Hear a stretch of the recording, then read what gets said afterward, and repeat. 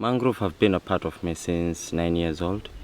The fascination began during the first tsunami that hit around 2004, and I was mesmerized about how Mombasa was saved. Trying to inquire about it, I learned that it was the efforts of mangroves, reefs. That's when I developed interest.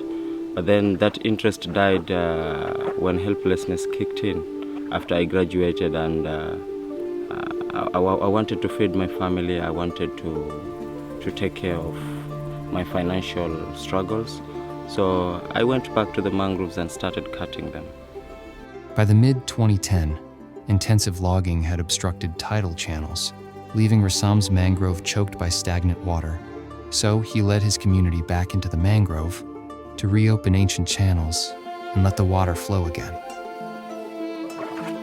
It's driven by passion and regret. I'm doing it first for me, for the degradation I forced, and I'm doing it for my kids. I cannot stop.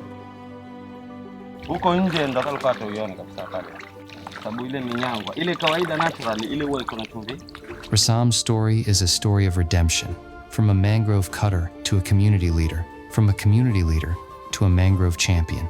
Today, the mangrove is hosting other champions from across Kenya. These young environmentalists lead mangrove restoration in their communities and help others replicate what works. I want to echo the saying that says, Mikoko ni uhai. Mikoko ni uhai says that mangroves are alive. Being a champion means creating impact to the society, to the community. Being a champion means that I'm doing something greater than myself. Oh, you are telling these ladies there are lions around? Yes, there are actually. There is a lot of wildlife here. Lions za huku ni kama sisi wenyewe tu. They are very friendly. But ameona kasongo pale akafurahia. For years, the community of Muhogoni attempted to revive their mangroves by planting. But the planted seedlings did not survive, as clogged channels left the mangrove gasping for breath.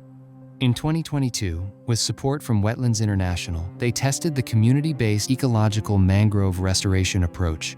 And it is this approach that Rassam wanted to share with the other champions so that they can replicate it in their own landscapes. To plant or not to plant? That's the question we've been asking ourselves for the past few years the program has been running. Achieving optimum conservation, it's not about pouring in the money to the seedlings and putting them on the ground, but investing in the communities.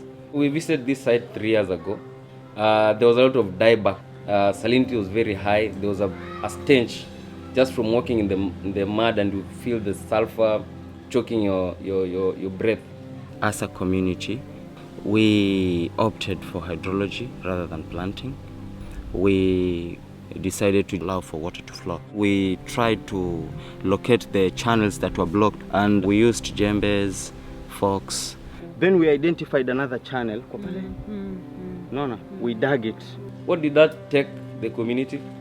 It only needed us to support the communities with the tools that they require, and most of the time they used to come with their own tools. A few hours to dig up the channels. Coming there tomorrow, the water that was already flooding there like for the longest time had already started moving out. The reason why there was no natural regeneration is because the water was not moving. But then what they did here, this is beautiful. You can see the water is moving. So it is draining all the excess salt from there, and then more Abyssinia marina will be able to grow. This is beautiful, Rassam. When I came back 1 month after, I had found that the mother trees had started regaining life. The color had changed from light green to dark green, signifying that it was now getting stronger. We did no planting, we did nothing except just restoring the original channels that were there and just let nature take its course. It was my first time actually seeing a hydrological restoration project. We've never done it in my area of work, so I'd love to test that out. We can give nature a chance, because if you see the interventions that have been done there, they have assisted the nature to regenerate. Ask nature what it wants you to do through observation, through a little bit of scientific research, and nature will speak to you. And if you happen to do the right thing, nature can just revive itself.